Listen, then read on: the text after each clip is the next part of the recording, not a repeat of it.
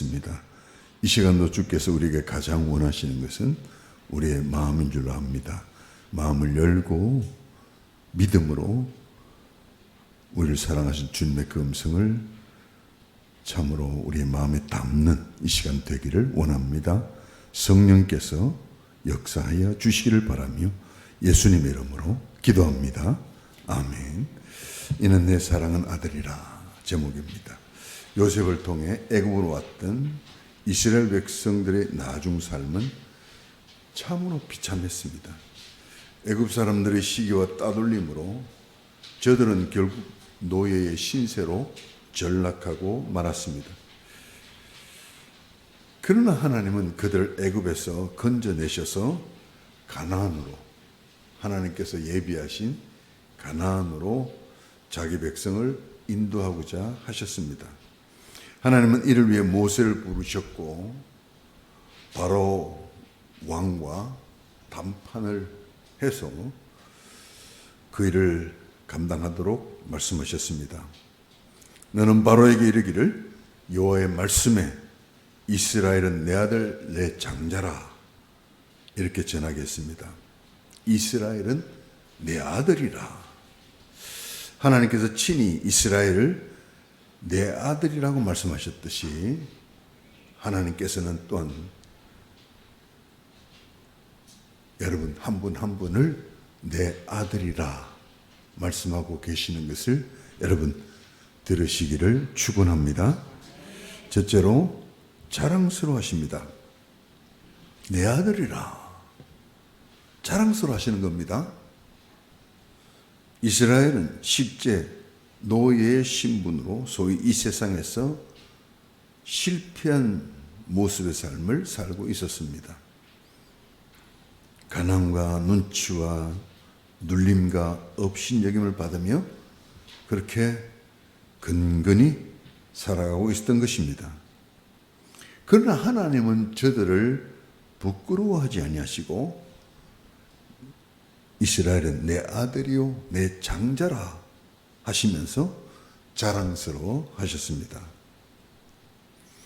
바로는 자신이 신의 아들이라 그렇게 여겼습니다. 사람들로 그것을 인정하도록 권력과 폭력을 사용했습니다. 애굽의 왕 바로쯤 되면 사람들도 야 그렇겠다 여길 수 있을 것입니다.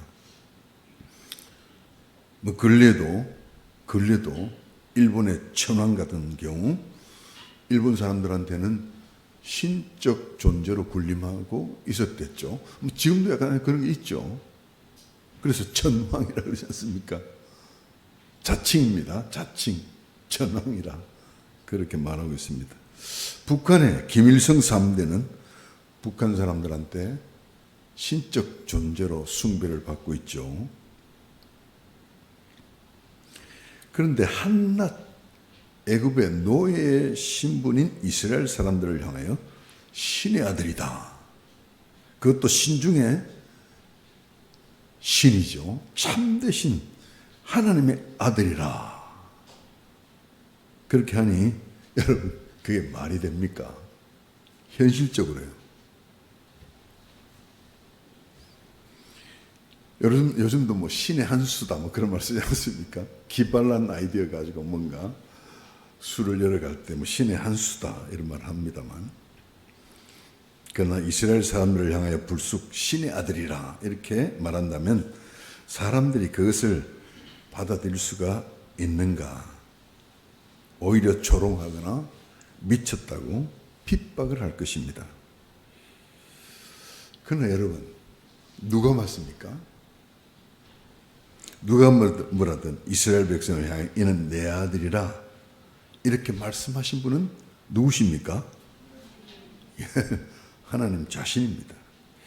저들이 하나님의 아들일 리가 있느냐 우스운 소리 하지 말라 그렇게 말하든 바로가 맞는가? 사람들이 맞는가? 그렇지 않으면 이스라엘을 향하여 이는 내 아들이라 이렇게 말씀하신 하나님이 맞는가?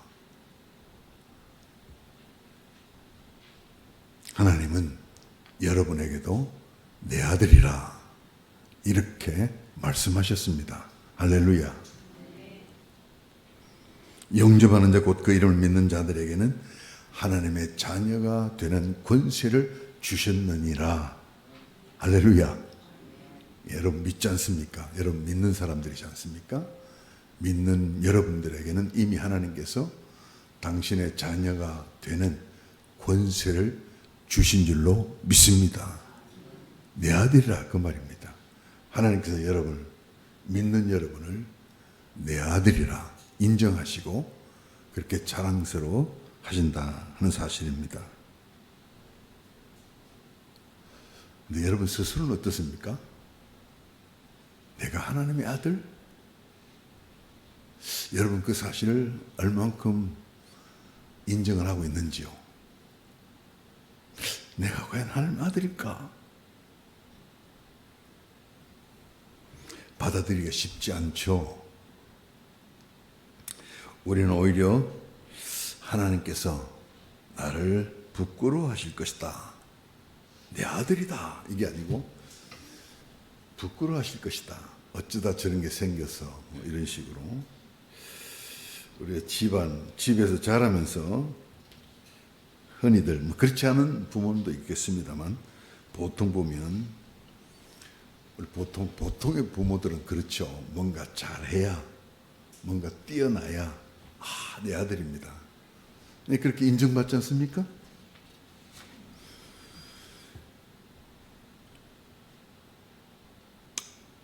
보통 그렇지 않은 아버지도 있습니다. 물론 오해하면 안 되고요. 보통 일반적으로 우리 아버지들은 공부 좀 못한다고 지식도 제대로 못하고 돈도 잘 못 번다고 속상해하죠.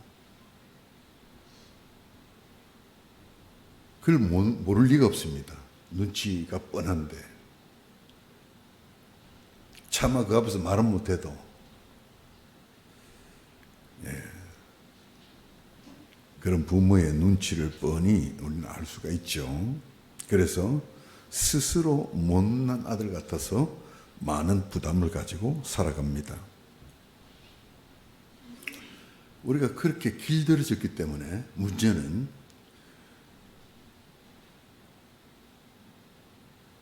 하나님도 우리를 부끄러워하실 것이다. 이렇게 생각해 버리는 거예요.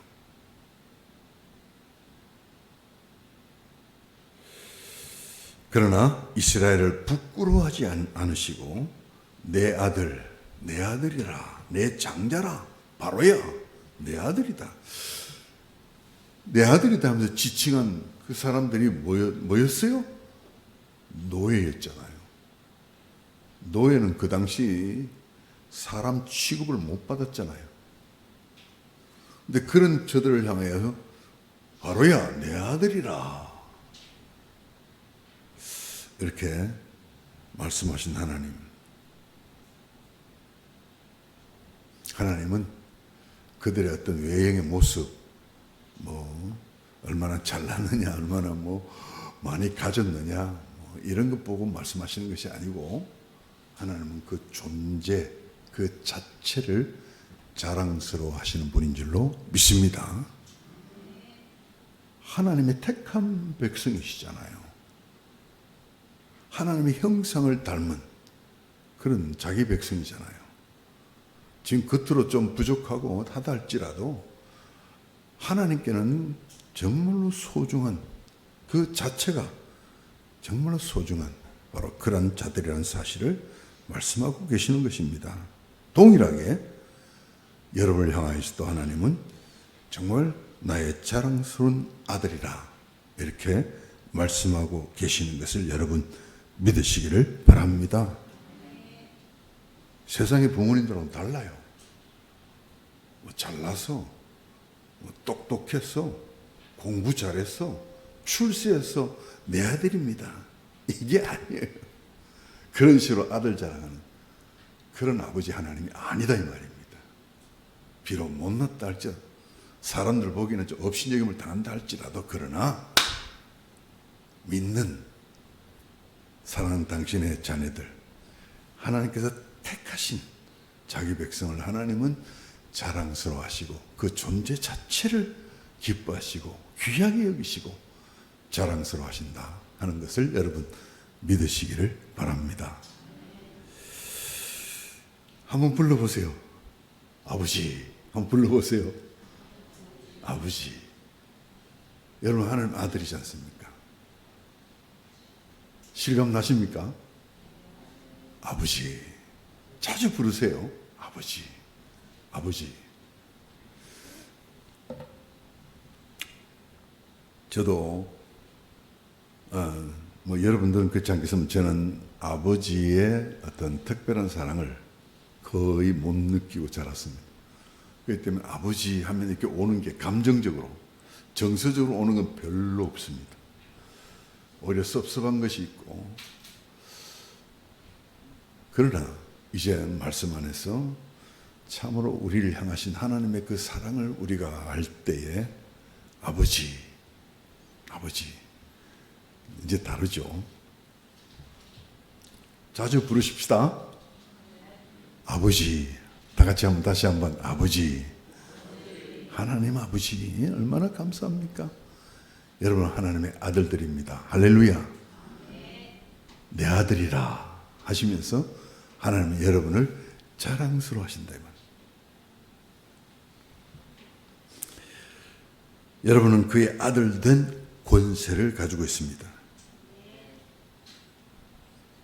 그러므로 천사들이 여러분을 지키고 있다는 거, 천사들이 할 일은 바로 그겁니다. 하나님의 뜻을 수종드는 그런 영물이 천사죠. 그러므로 하나님의 아들 된 여러분들도 지키는 거예요. 사탄은 여러분을 알아봅니다. 세상 사람들은 잘 몰라봐서 네가 무슨 하나님의 아들이냐 조롱할 수도 있고 미쳤다고 핍박할 수도 있겠습니다만, 그러나 사탄은 여러분을 알아봐요. 그렇기 때문에 여러분들을 괴롭히는 거예요. 시험하려 하고 미혹하려 하고 죽이려 하고 도적질하려고 합니다만, 그러나 감히 여러분에게 손을 대지 못한다 하는 사실을 여러분 믿으시기를 바랍니다. 하나님의 아들을 감히 어떻게 손을 대겠습니까? 손 못 대는 겁니다. 겁은 줘요. 그런데 겁주는 그것에게 여러분 괜히 겁먹으시면 안 된단 말입니다. 그리스도 이름으로 깨끗이 물리치시고 담대하게 하나님 아들로서 당당하게 정말 그 모든 악한 영의 권세들을 이기시고 나가시는 사랑하는 여러분들 다 되시기를 바랍니다. 권세 중에 가장 큰 권세는 뭐냐? 여러 가지 권세가 있습니다. 아들이니까요.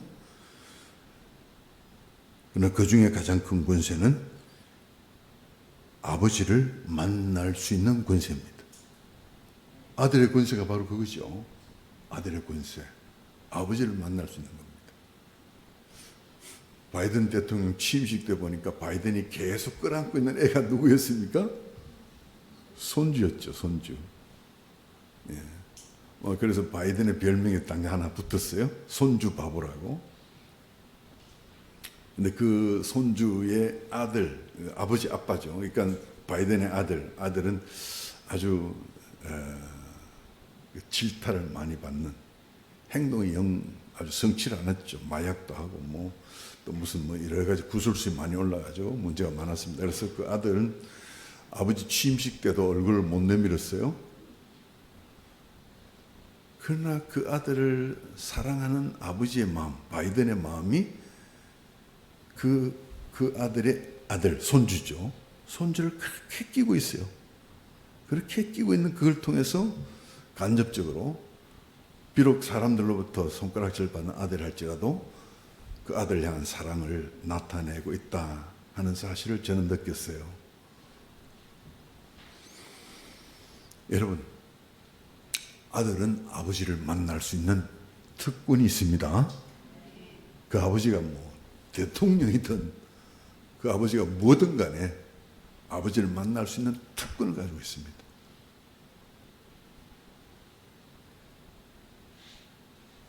여러분의 아버지 하나님이시잖아요. 감히 누가 하나님을 만날 수 있어요? 그러나 여러분 하나님의 아들 된 권세를 가지고 있습니다. 할렐루야. 그러면 여러분들 하나님 만날 수 있는 거죠. 지금 만나고 있잖아요. 만나잖아요. 하나님 만나서 하나님과 만나서 뭐 하겠습니까? 얘기를 나누는 거죠. 하나님은 아들에게는 비밀로 안 하십니다. 종에게는 비밀로 하죠. 여러 가지 많은 비밀이 있습니다. 종이 주인의 해야 할 일들 다 알 이유가 없습니다. 그냥 시키는 대로 하기만 하면 됩니다. 그러나 아들에게는 비밀이 없죠. 아버지가 다 말씀해 주십니다.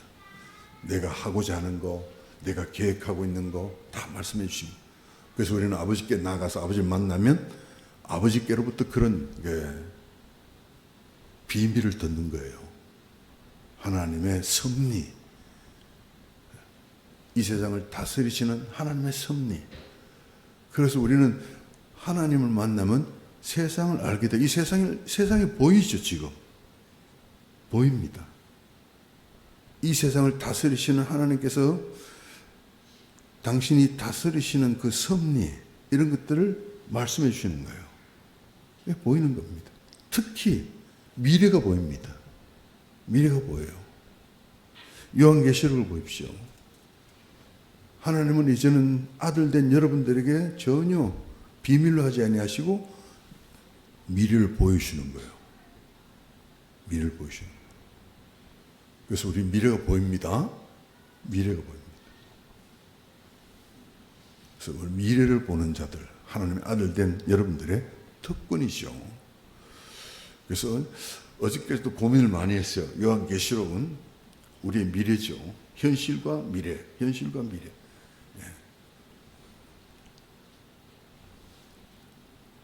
그냥 미시적으로 말씀을 한 부분 해서 하려면 이 전체가 잘 안 보입니다.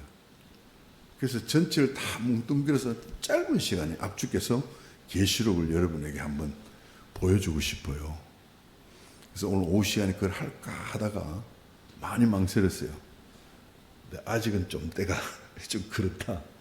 오늘 처음 이제 오후 시간 가지는데 그거 하려면 최소 아무리 압축을 해도 1시간 이상 걸릴 것 같아요. 그러나 여러분 필요합니다. 계시록 언젠가 한번 제가 꼭 한번 할 겁니다. 아주 딱 압축해서 요약해서 그림으로 그려서 여러분이 딱 보여주면 그걸 딱 보면 미래가 보여요. 현실이 보이고 미래가 보여요. 아들이기 때문에 아버지께서 당신의 하신 일들을 비밀로 하지 않고 다 보여주는 겁니다. 그러므로 사랑하는 여러분, 아버지를 더 자주 만나십시다. 일주일에 한 번은 만나야 됩니다. 최소한 일주일에 한 번은 만나야 돼요. 할 수 있으면 매일 만나시면 더 좋죠.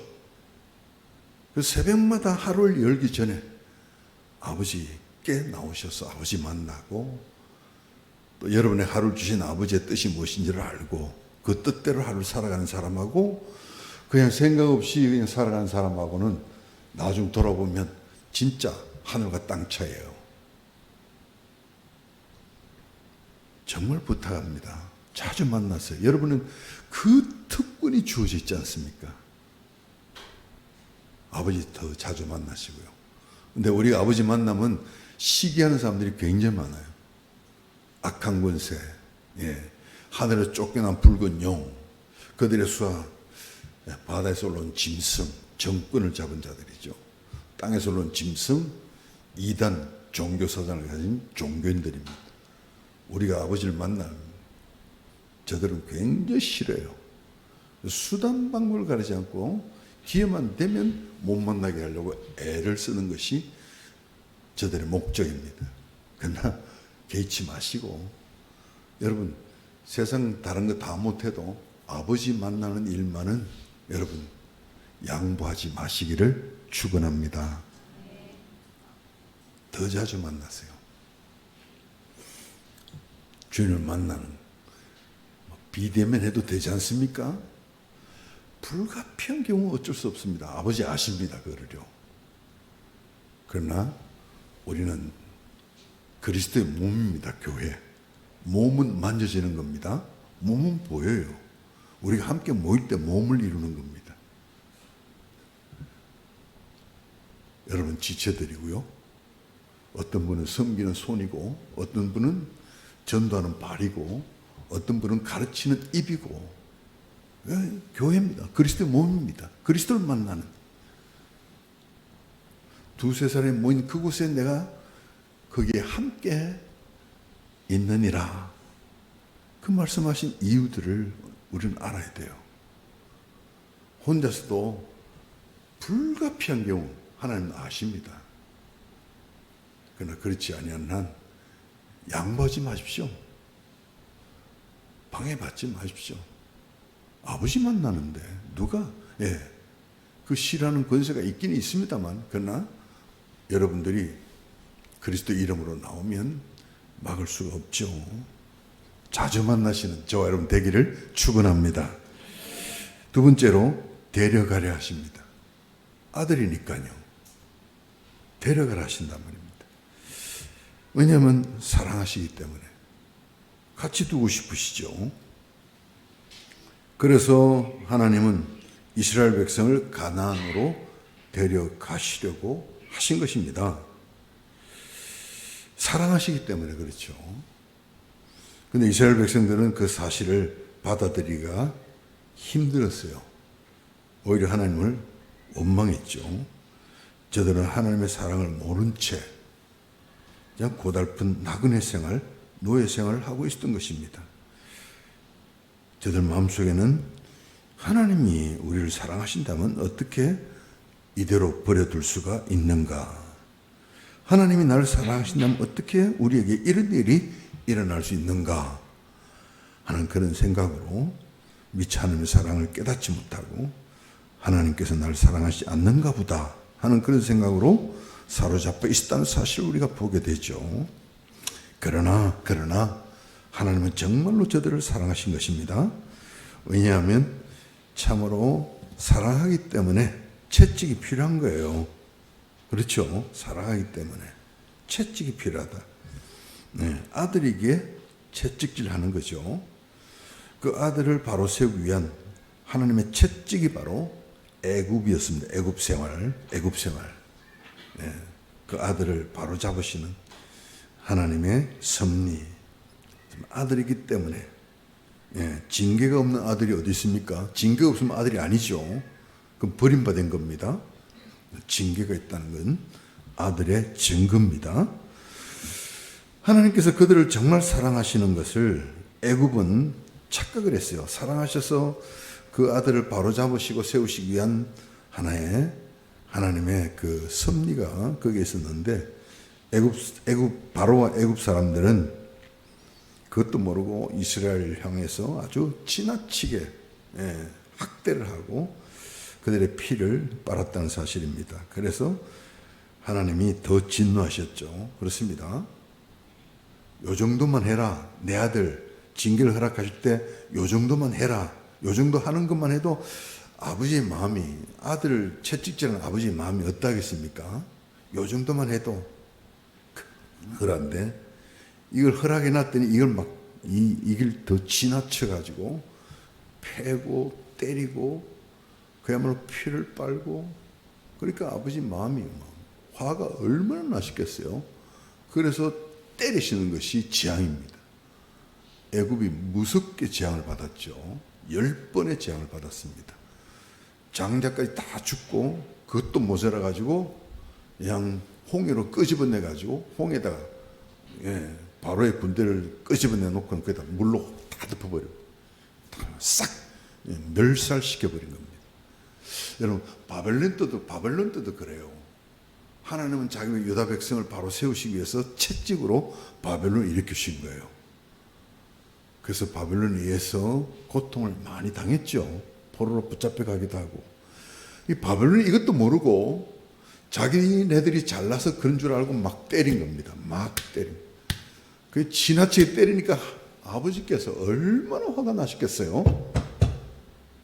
그래가지고 바벨론 하루아침에 그냥 썰어버리신 거예요. 아버지 그러신 분이십니다. 지금도 적당하게 자기 백성을 다스리시는 하나님의 허락하신 채찍입니다. 근데 이거 모르고 막 교회를 핍박하고 하나님의 자녀들을 막 욕하고 모함하고 그런 짓 하다가 아주 더 무서운 재앙, 그것을 당게 된다는 사실을 여러분 아시면 그렇게 섭섭할 이유가 없는 거예요. 그리고 하나님은 정말 이스라엘 사랑하시기 때문에 이미 가나안을 준비하신 거예요. 준비해 놓으시고 이제 그걸로 데려가시려고, 이제 됐다, 이제 가자, 데려가려고 이제 그러시는 거예요. 그때 준비 그 기간이 필요한데, 그는 가나안에 미리 자리 잡고 있던 가나안 원주민들을 무조건 쫓아내면 안 되잖아요. 그러니까 이들이 이제 죄가 관영하면, 죄가 관영했으니까 하나님이 심판하시는 것에 대해서 문제가 없죠. 공의로 그를 다스리셔서 쫓아내 버리시고 가나안으로 데려가시려고 하셨던 것입니다.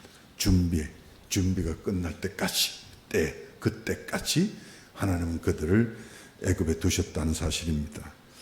그걸 알면 이제 하나님의 사랑을 깨닫게 되는 거죠. 오늘도 우리 아버지 하나님, 여러분을 향한 사랑은 변함이 없는 줄로 믿습니다. 여러분에게 주어진 수많은 문제와 고통은 하나님의 사랑 가운데 있다는 걸 기억하셔야 돼요. 하나님 날 사랑하신다고 나한테 왜 이런 병을 주시고, 나는 왜 이렇게 부족하게 만드시고, 하나님 날 사랑하신다면 왜 이렇게 하는 일마다 되는 일이 없이 이렇게 꼬이기만 하는가, 원망하지 마시고요. 여러분이 믿는 한, 하나님의 아들인 한, 하나님은 여러분을 오히려 더 아들답게 세우시기 위해서 여러분을 징계하신다 믿으시기를 바랍니다. 연단시키시는 거예요. 아들답게. 그리고 원수 마귀는 그것도 모르고 여러분을 막 심히 괴롭히죠. 그러나 예수께서 그런 여러분을 괴롭히는 사탄 마귀를 그냥 둘 수 없는 거예요. 그래서 이 땅에 오신 거예요. 요한일서 3장 8절에 보시면 그가 오심은 마귀의 일을 멸하려 하심이라고 했습니다. 그리고 이 세상은 죄로 말미암아 심판을 당게 됩니다. 아직은 남아 있어요. 아직은 이제 거의 다 찼어요. 찰랑찰랑. 아직은 남아 있습니다. 죄가 관영하기까지. 그리하면 주님이 오셔가지고 세상을 불로 심판하시고 여러분들을 들어올리셔서 영원히 하나님 나라에서 새하늘과 새 땅에서 영원히 즐거움에 사시도록 여러분을 인도하시는 하나님이시다는 사실을 믿으시기를 바랍니다. 결코 여러분 의심하지 마시고요. 흔들리지 마시고, 여러분을 얼마나 사랑하시는가. 로마서 5장 8절 말씀은 여러분 꼭 늘 가슴에 새기셔야 돼요. 하나님이 정말 날 사랑하시는 건가. 여러분 힘든 일을 당할 때, 어려운 일을 당할 때 그런 생각이 들 수 있어요. 그러나 그런 생각에 머물러 있지 마시고, 그런 생각에 빠지지 마시고요. 거기서 벗어나셔야 됩니다. 로마서 5장 8절 말씀이죠. 우리가 아주 죄인 됐을 때 그리스도께서 우리를 사랑하심으로, 우리를 위하여 죽으심으로 하나님께서 우리에게 대한 자기의 사랑을 확증하시느니라. 할렐루야. 그 아들을 여러분을 대신해서 죽이시기까지 하신 그 사랑, 그 이상의 사랑이 있으면 말해 보십시오. 그 이상의 사랑이 없는 사랑을 하나님은 그리스도를 통해서 여러분에게 부어주신 줄로 믿습니다. 마지막으로 그 사랑을 그래서 구체적으로 나타내신 거예요. 그래서 하나님께서 이스라엘 백성에게 모세를 보내신 거죠. 모세의 사명, 이스라엘 백성을 하여금 하나님의 사랑을 받아들이고 미워한 것이 아니고 버려둔 것이 아니고 하나님께서 사랑하시는 그 사랑 가운데 여러분들을 인도하고 계시다는 사실을 깨닫도록 역할을 감당하는 거죠. 그래서 그것을 위해서 자기를 내려놓아야 하는 거죠. 하나님의 그 사랑을 온전히 전달하는 도구로서의 모세입니다. 그러므로 온전히 섬기는 삶을 사는 자세가 되어야 되는 거예요. 그래서 이제 모세가 가려고 하는데 갑자기 하나님께서 모세를 죽이려고 합니다. 몇 절입니까? 24절 보십시오. 이제 그런 명령을 따라서 모세가 가려고 하는데 하나님께서 모세를 죽이려 합니다. 이게 무슨 일입니까? 가려고 하는데 난 못 갑니다. 못 갑니다. 나는 말도 못 합니다. 그러다가 이제 하나님께서 가라 하시니까 결국 가기는 가는데 가려고 지금 준비하면 나섰습니다. 나서는 길인데 죽이려고 합니다. 24절 하나님께서 길의 숙소에서 무엇을 죽이려 했던 그 사건 말씀하고 있죠. 자, 그 이유는 뭐냐? 그것은 바로 모세가 아직도 완전히 자신을 죽이지 않았기 때문이라는 것입니다. 모세는 아직도 가기는 갑니다만 불순종의 행위를 정리하지 못하고 있었던 것입니다. 그것이 뭐냐면 자신의 아들에게 할례를 행하지 않는 것이었죠. 자신의 아들에게 아직 할례를 행치 않고 있다는 사실, 여러분 잠깐 창세기 17장을 가봅니다. 창세기 17장 가보시면 10절에서 14절 사이 말씀에 너희 중 남자는 다 할례를 받으라. 이것이 나와 너희와 너희 후손 사이에 지킬 내 언약이라 했습니다. 11절 너희는 포피를 베어라. 남자 성기의 끝부분이에요. 그 부분을 베내는 거예요. 할례. 이것이 나와 너희 사이에 언약의 뭐다? 표징이다. 사인. 하나님과 언약을 맺은 사인이 바로 이 할례다 이 말입니다. 할례. 그러니까 하나님의 백성으로서의 표시, 사인. 그게 뭡니까? 할례다 이 말입니다. 근데 모세가 지금 자기 하나님의 백성을 데리러 가면서 자기 아들에게는 이것을 행치 않고 있다면 되겠습니까? 자, 이게 먼저 준비가 돼야 되는 겁니다. 그렇죠? 그래서 할례를 행하도록. 그래서 그 아내 시므라가 아주 헐레벌떡 할례를 행하게 되죠. 아마 이 모세가 할례를, 그 아들의 할례를 행하지 않았던 이유는 그 아내는 유대인이 아니었잖아요. 그러니까 할례를 행하지를 않았다 이렇게 볼 수 있을 겁니다. 쉽지 않잖아요, 그죠? 요즘도 쉽지 않죠. 대답들이 없으시네요. 요즘 뭐 완벽한 의료 시스템 그 하에서도 쉽지 않은 일입니다. 근데 그 당시 무슨 의료 시스템이 있었겠습니까?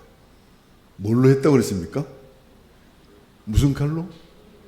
돌칼로 그걸 베니까 어떻겠습니까? 남성 여러분들. 그러니까 엄마로서 그게 이 용납이 됩니까? 안 됩니까? 이해 못하는 거예요. 이 언약의 사인이니라 표시다. 그래서 이를 행하라. 언약을 맺은 그런 가운데서 하나님의 명령인데 이런 그 명령, 그런 내막 이걸 모르는 이방 여인으로서는 왜 우리 아들 죽이려고 하느냐? 안 그렇겠습니까? 근데 이에 대해서 하나님께서 모세를 죽이라니까 시므라가 드디어 손을 들고 가서 할례를 행하고 나니까 모세는 살아날 수 있었죠. 모세는 아들의 할례를 통해서 자기를 죽이는 겁니다. 그나마 자기가 살아있다 말이죠. 그래서 자기를 죽임으로 하나님의 도구, 사랑의 도구로서의 역할을 감당할 수 있게 된 거죠. 예수님은 당신의 죽음으로 우리를 향한 하나님의 사랑을 나타내셨다. 아멘입니까? 로마서 5장 8절 말씀 아까 우리가 읽었죠. 다시 한번 복차 한번 해봅시다. 로마서 5장 8절. 시작.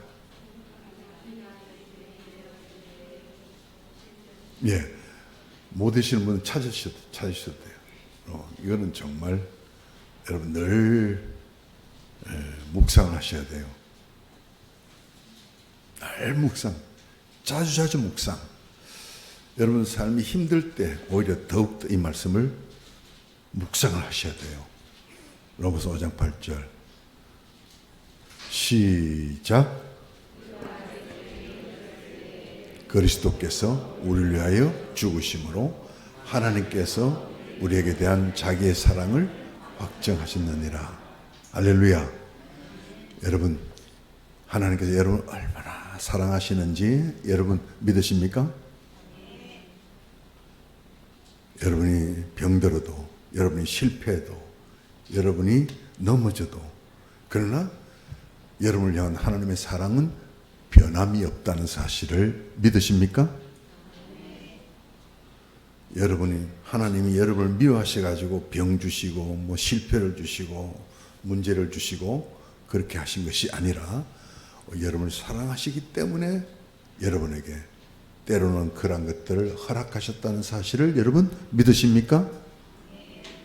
그러므로 여러분이 일이 잘못될 때, 힘들 때, 괴로울 때, 고통당할 때, 그럴 때도 정말 하나님의 사랑을 깨달으시고 감사할 수 있으십니까?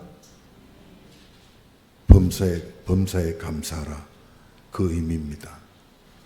하나님의 사랑은 변함이 없고요, 그리스도의 십자가 죽으심으로, 참으로 예수님은 그 죽으심으로 하나님께서 여러분을 얼마나 사랑하시는가 하는 사실에 대해서 여러분에게 확실히 심어주신 것입니다. 아멘입니까? 그래서 십자가를 바라보면 가장 먼저 뭘 깨달아야 돼요? 하나님이 나를 사랑하십니다. 하나님 나를 이처럼 사랑하시는 거 감사합니다. 십자가를 바라보시면서 가장 먼저 깨닫는 것은 하나님의 사랑이다. 아멘입니까?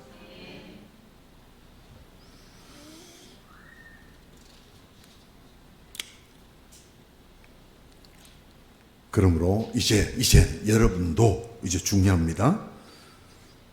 정말 여러분을 죽임으로 하나님의 사랑을 나타내는 통로 역할을 감당해야 된다는 말입니다.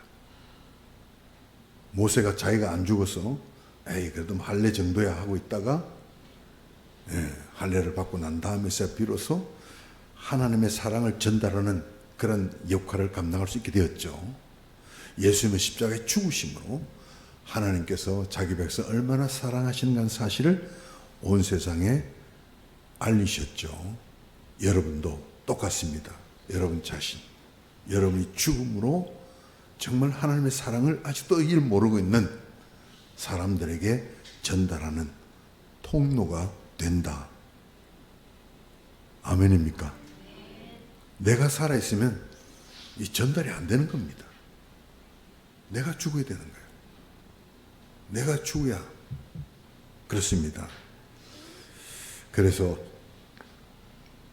구약시대 할례는 오늘의 성령 세례를 통한 중생을 의미하고 있는데, 나중에 이 할례와 세례 이 부분에 대해서 공부할 수 있는 시간이 한 번 더 있으면 좋겠어요. 아마 우리 성도님들 대부분은 이 부분에 대해서 확실하게 정리가 돼 있다, 저는 그렇게 간주하고 있습니다만, 아직도 안 된 분 계시면 이게 정리가 돼야 돼요.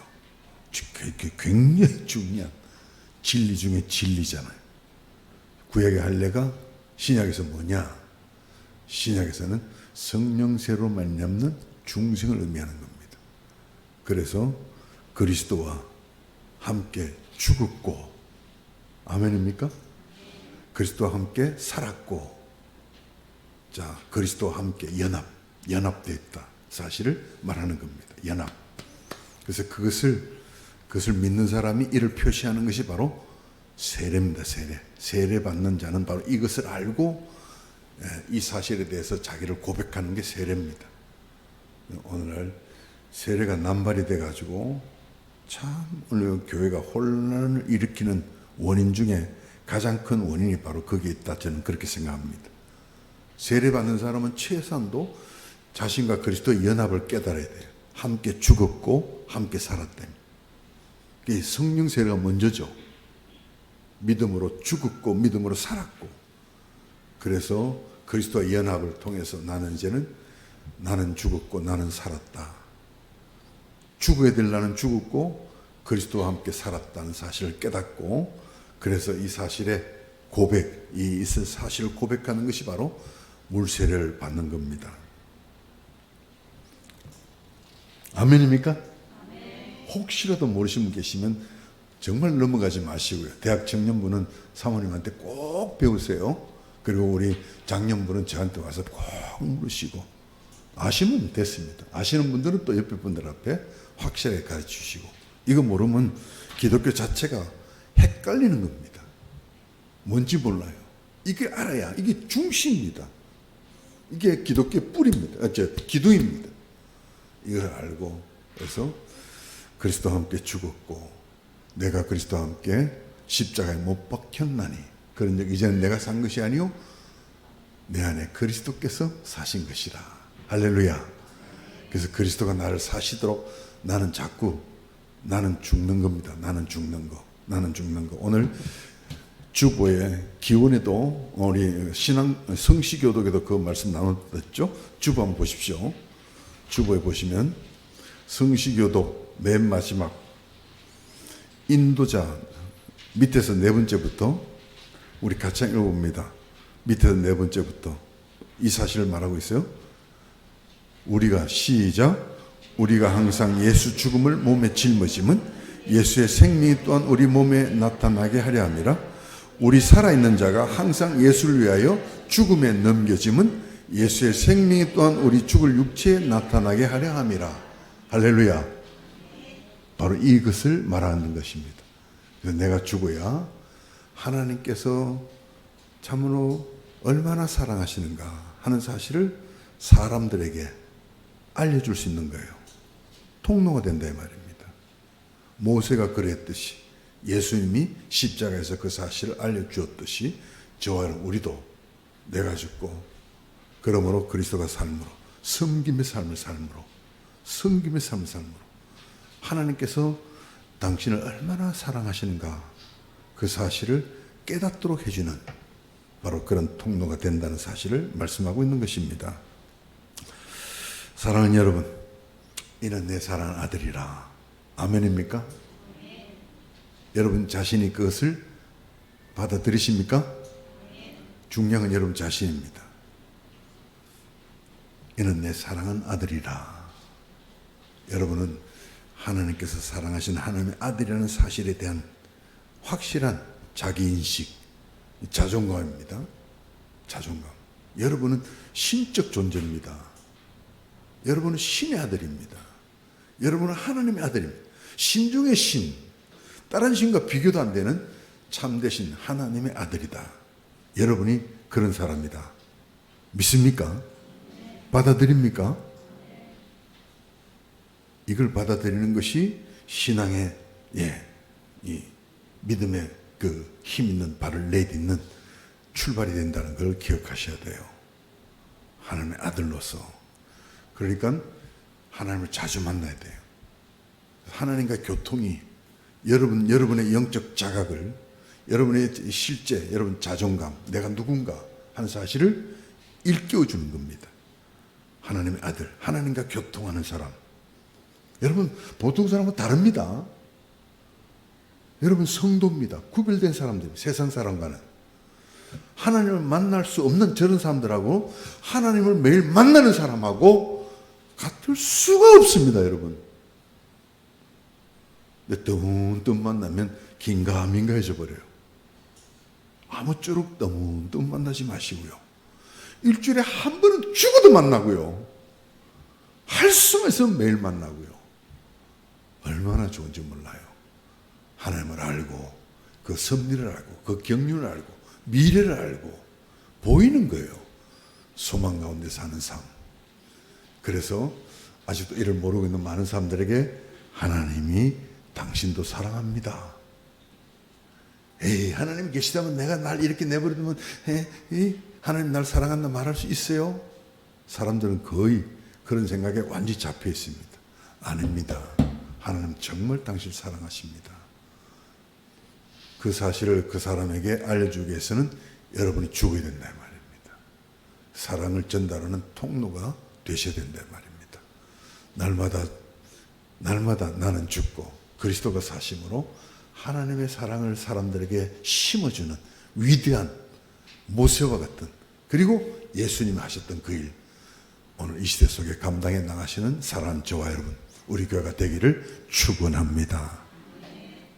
기도합니다. 아버지 하나님, 하나님께서 우리를 얼마나 자랑스러워 하시는지요.